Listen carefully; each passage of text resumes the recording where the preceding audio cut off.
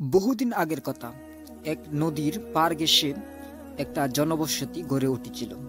সেই জনবসতির অধিকাংশ মানুষ ছিল জেলে, যারা নদী থেকে মাছ ধরত আর হাট বাজারে বিক্রি করে জীবিকা সংগ্রহ করত।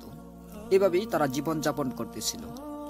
অন্যদিকে তারা সত্য সঠিক ধর্ম থেকে ছিটকে পড়েছিল। তারা বিভিন্ন বস্তুর পূজা করত। তারা মনে করত, যেহেতু পানি থেকে আমরা মাছ ধরি, পানির ভিতরেই মাছ বেঁচে থাকে, সুতরাং সেই পানি আমাদেরকে বাঁচিয়ে রেখেছে, আমাদেরকে জীবিকা দিচ্ছে, সেই পানির পূজা করত। ঠিক তেমনি তারা মনে করত, সূর্য যেহেতু আলো ছড়ায়, সূর্যের আলো ছাড়া যেহেতু পৃথিবী অন্ধকার, সূর্যের আলো ছাড়া যেহেতু আমরা আমাদের জীবনের দৈনন্দিন কাজকর্ম করতে পারি না, তাই সূর্য আমাদের উপকার করছে। তাই তারা সূর্যেরও পূজা করত। তারা আগুনের পূজা করত। এরকম বিভিন্ন বস্তুর পূজা করে তারা তৃপ্তি পেত এবং সেটাকেই ধর্মের কাজ মনে করত। অন্যদিকে আল্লাহ পাক রাব্বুল আলামিন মনে মনে ডিসিশন গ্রহণ করলেন যে এই পথ হারানো, এই পথগুলা জাতিকে সঠিক সত্য ধর্মের প্রতি নিয়ে আসবেন। তাই তাদের বংশে, তাদের সেই জাতিতে, সেই গোত্রে একজন আল্লাহওয়ালা ব্যক্তি, একজন বিচক্ষণ ব্যক্তিকে জন্মগ্রহণ করালেন। তিনি কিশোরকাল থেকেই বিভিন্ন জ্ঞানমূলক কথা বলতেন। একটা সময় তিনি যখন পরিপূর্ণ মানুষ হলেন, তখন তিনি সবাইকে ডেকে ডেকে বলতে থাকলেন যে তোমরা যেসব ভাবে ধর্ম পালন করছো, যেসব বস্তুর পূজা করছো, তারা আসলে কোনো কিছুই করতে পারে না। আমাদের শুধুমাত্র ইবাদত করা উচিত আল্লাহ পাক রাব্বুল আলামিনের, যিনি এই সব কিছু সৃষ্টি করেছেন, যিনি এই সব কিছু ধ্বংস করবেন, যিনি এই সব কিছুকে নিয়ন্ত্রণ করে থাকেন। তখন তারা বলে, তুমি বলছো আমাদের ধর্মগুলো মিথ্যা, আর তোমার ধর্মটা সঠিক এবং ন্যায় এবং সত্য। যদি এটা সঠিক হয়ে থাকে, তাহলে আমরা শুনেছি যারা নবী, রাসূল, ওলি আউলিয়া হয়ে থাকে, তারা অনেক কেরামতি, অনেক মাজেজা দেখাতে পারে। তুমি সেরকম কিছু একটা দেখাও, তাহলে আমরা বিশ্বাস করে নেব যে তুমি সঠিক কথা বলছো, আমরা ভুল পথে চলছি। তখন সেই ব্যক্তি বলে যে তোমরা আমার কাছ থেকে কি দেখতে চাও? তখন তারা বলে যে আমরা যেহেতু নদী থেকে মাছ ধরি এবং সেই মাছ বিক্রি করে আমাদের জীবিকা সংগ্রহ করি, সুতরাং আমরা আরো সহজে কিভাবে অনেক বেশি মাছ ধরতে পারি সেটা যদি তুমি আমাদেরকে দেখিয়ে দিতে পারো, শিখিয়ে দিতে পারো, তাহলে মনে করব যে সত্যি আল্লাহ তাআলার পক্ষ থেকে তোমার কাছে সত্য সঠিক ধর্মের সন্ধান তোমাকে দেওয়া হয়েছে এবং তুমি আমাদেরকে সেই দিকেই আহ্বান করছো। তখন সেই ব্যক্তি কিছুদিন সময় চেয়ে নিয়ে চলে গেল এবং দিনরাত এক করে ইবাদত করে আল্লাহ তাআলার দরবারে কান্নাকাটি করতে থাকলো, হে প্রভু, তুমি যেহেতু আমার ভিতরে সঠিক ধর্মের যেই চিন্তা চেতনা সেটা ঢুকিয়ে দিয়েছো, আমি যেন আমার সকল এই বংশ, এই জাতিকে তোমার সঠিক পথে নিয়ে আসতে পারি, সেইটা করার জন্য যা যা করা প্রয়োজন সেটা করার তৌফিক দান করো। ওরা আমার কাছে যেটা চেয়েছে আমি যেন সেটা করতে পারি, সেই ক্ষমতা আমার ভিতরে তুমি দাও।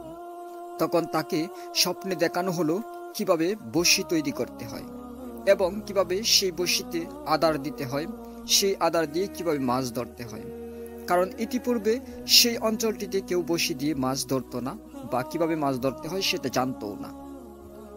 তারপর দিন তিনি বাড়িতে বসে অনেকগুলা বড়শি তৈরি করলেন।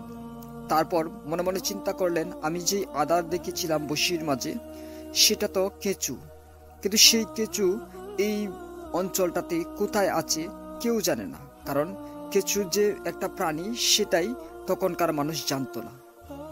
এখন টেনশনে পড়ে গেল সেটা কিভাবে কোথা থেকে সংগ্রহ করবে। তিনি আবারও আল্লাহ পাক রাব্বুল আলামিনের দরবারে কান্নাকাটি করতে থাকলেন, ফরিয়াদ জানাতে থাকলেন, মুনাজাত করতে থাকলেন। তখন তাকে আবারও জানানো হলো স্বপ্নের মাধ্যমে যে নদীর পাড়ের একটি স্থান সে যদি মাটি করে, তাহলে সেখান থেকে সেই কেঁচু বা সেই প্রাণী পেয়ে যাবে। তারপর দিন সবাইকে ডেকে নিয়ে এসে বলল যে তোমরা কয়েকটা কোদাল নিয়ে আসো। তারপর তারা গিয়ে যখন হাজির হলো, তখন তাদেরকে বলল যে এই মাটিটাকে কুড়ো। সেই মাটি যখন কুড়লো, অনেকগুলো কেঁচু বের হলো। এগুলা দেখে তখন মানুষ আতঙ্কিত হয়ে পড়লো। কেউ কেউ ভাবলো কি ব্যাপার, এখান থেকে কি বেরোলো এগুলি। যখন কেঁচুগুলা কিলবিল করতে থাকলো, তখন মানুষ ভয়ে দূরে সরতে থাকলো। কিন্তু সেই আল্লাহওয়ালা লোকটি সেই কেঁচুগুলাকে ধরে বড়শিতে গেঁথে বলল যে বিসমিল্লাহির রহমানুর রাহিম বলে তুমি এই বড়শিগুলাকে তোমরা এক এক করে পানিতে ফেলে দাও। এবং কিভাবে মাছ ধরতে হবে সেখানে থেকে সবাইকে শিখিয়ে দিল। তারা পানিতে না নেমে কোনো কষ্ট না করে অল্প সময়ে বিশাল বিশাল সব মাছ ধরতে থাকলো। এটা দেখে সবার মনে আনন্দ জেগে উঠল এবং তারা মনে মনে ভাবতে থাকলো যে এটাই হয়তোবা আল্লাহ তাআলার পক্ষ থেকে এসেছে, সুতরাং সেই ধর্ম সত্য ধর্মই হতে পারে, আমাদের এটাকেই গ্রহণ করে নেওয়া উচিত। কিন্তু মুষ্টিগত কিছু লোক এরকম কথা ভাবতেছিল। অধিকাংশ লোক ভাবলো এটা হয়তোবা কোনো জাদু বা এটা অতি প্রাকৃতিক কিছু ঘটনা, যেটা সে জেনেছে, আমাদেরকে জানিয়েছে, এতে ধর্মের সাথে কোনো সম্পর্ক নেই। সুতরাং তাদের ভিতরে দুইটা দল বা দুইটা ভাগ বিভক্তি হয়ে গেল। এখানে অল্প কিছু মানুষ সে আল্লাহ তাআলার ধর্মকে কবুল করে নিল এবং সেটাকে বিশ্বাস করে মনে প্রাণে ধারণ করতে থাকলো এবং সেই লোকের বলা অনুযায়ী কথা মতে ইবাদত করতে থাকলো। কিন্তু সমাজের বেশিরভাগ প্রভাবশালী লোক এবং অধিকাংশ মানুষ এই ধর্মে বিশ্বাস করলো না। তারা আগের মতো করেই নিজেদের জীবন যাপন করতে থাকলো এবং নিজেদের ধর্ম পালন করতে থাকলো। এখন যখন কেঁচু ফুরিয়ে যায় তখন তারা কোথা থেকে এই কেঁচু পাবে? অনেক জায়গায় মাটি কোড়াকুড়ি করেও পাচ্ছে না। সুতরাং তারা আবারও সেই লোকের শরণাপন্ন হলো। তো সেই লোক কিছু কিছু জায়গা থেকে কিছুদিন পর পর এসে কিছু তুলে দিত এবং তারা মাছ ধরত। যারা বিশ্বাস করেনি তারা মনে মনে ভাবলো আমরা তো কিছু পাচ্ছি না। সুতরাং সেই আল্লাহওয়ালা লোকটি যখন তাদেরকে কিছু তুলে দিয়ে চলে যেত তখন তারা সেই বিশ্বাসী লোকদের কাছ থেকে জোর করে চিনিয়ে নিত সেই কেঁচুগুলি। এরকম যখন কয়েকদিন হলো তখন সেই বিশ্বাসী লোকগুলো এসে সেই লোকটির কাছে অভিযোগ জানালো বা কমপ্লেন করলো যে আপনি যে আমাদেরকে আদারগুলা দিচ্ছেন সেগুলা যারা অবিশ্বাসী তারা আমাদেরকে মেরে দূরে জোর করে চিনিয়ে নিয়ে যাচ্ছে। সেই কথাটি শুনে সেই আল্লাহওয়ালা ব্যক্তি মনে মনে অনেকটাই কষ্ট পেল এবং আল্লাহ তাআলার কাছে কেঁদে কেঁদে ফরিয়াদ জানালো, অভিযোগ জানালো, হে প্রভু, তোমার বিশ্বাসী নিরীহ সৎ লোকগুলি যদি সেই অবিশ্বাসী বিধর্মী কাফের বেঈমানদের হাতে নির্যাতিত হয়, জুলুম অত্যাচারের শিকার হয়, তাহলে এটা যে আমি মেনে নিতে পারি না। তুমি দয়া করে ওদের একটা ব্যবস্থা করো, তাদেরকে তুমি শাস্তি দাও, প্রয়োজনে তাদেরকে ধ্বংস করে ফেলো, কিন্তু যারা বিশ্বাসী তাদেরকে তুমি সেই অন্যায় থেকে মুক্তি লাভ করার রাস্তা দাও অথবা মুক্ত করে দাও। আল্লাহ তাআলা তার দোয়া কবুল ও মঞ্জুর করে নিলেন এবং তার কয়েকদিন পর হঠাৎ করেই আকাশ গভীর অন্ধকার কালো মেঘে ঢেকে গেল। চতুর্দিক থেকে যখন অন্ধকার হয়ে এসেছে তখন মানুষ নিজের চেহারা নিজে দেখতে পারতেছিল না, এত বেশি ঘন কালো অন্ধকার আচ্ছন্ন হয়ে গিয়েছিল চারদিক। সেই মেঘ দেখে তাদের মনে আতঙ্ক সৃষ্টি হলো। কিছুক্ষণের ভিতরেই শুরু হলো ভীষণ ঝড়। এমন ঝড় উঠেছে, এমন তুফান বইছে যেন মনে হচ্ছে পুরো পৃথিবীতে মহাপ্রলয় ঘটে যাচ্ছে, আজকেই হয়তো আবার দুনিয়াটা কিয়ামত হয়ে যাবে। সব বাড়ি ঘর বেগে চুরে খানকার হয়ে পড়লো, বড় বড় গাছগুলো উপরে পড়লো, নদী থেকে পানি উঠে জলোচ্ছ্বাস সৃষ্টি হলো। এরকম অবস্থায় অনেক অবিশ্বাসী মানুষ মারা গেল, বিশেষ করে কিছু বিশ্বাসী মানুষও মৃত্যুবরণ করলো। যখন ঝড় থেমে গেল, ঝড় থেমে যাওয়ার পর প্রকৃতি শান্ত হয়ে যায়, একে একে সবাই সবার খোঁজখবর নিতে থাকলো।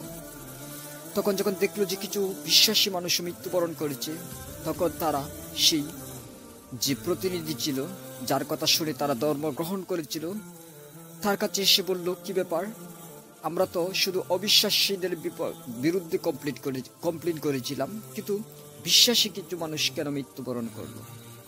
তখন সেই ব্যক্তি বলল, বিশ্বাসী মানুষ তো মৃত্যুবরণ করেনি, তারা বিশ্বাসীর রূপ ধরে চলনা করে প্রতারণা করে শুধুমাত্র দুনিয়ার লাভ বা স্বার্থ হাসিল করতে চেয়েছিল।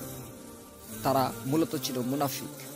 আল্লাহ তাআলা প্রত্যেক মানুষের অন্তরের খবর জানেন, তিনি অন্তর্যামী।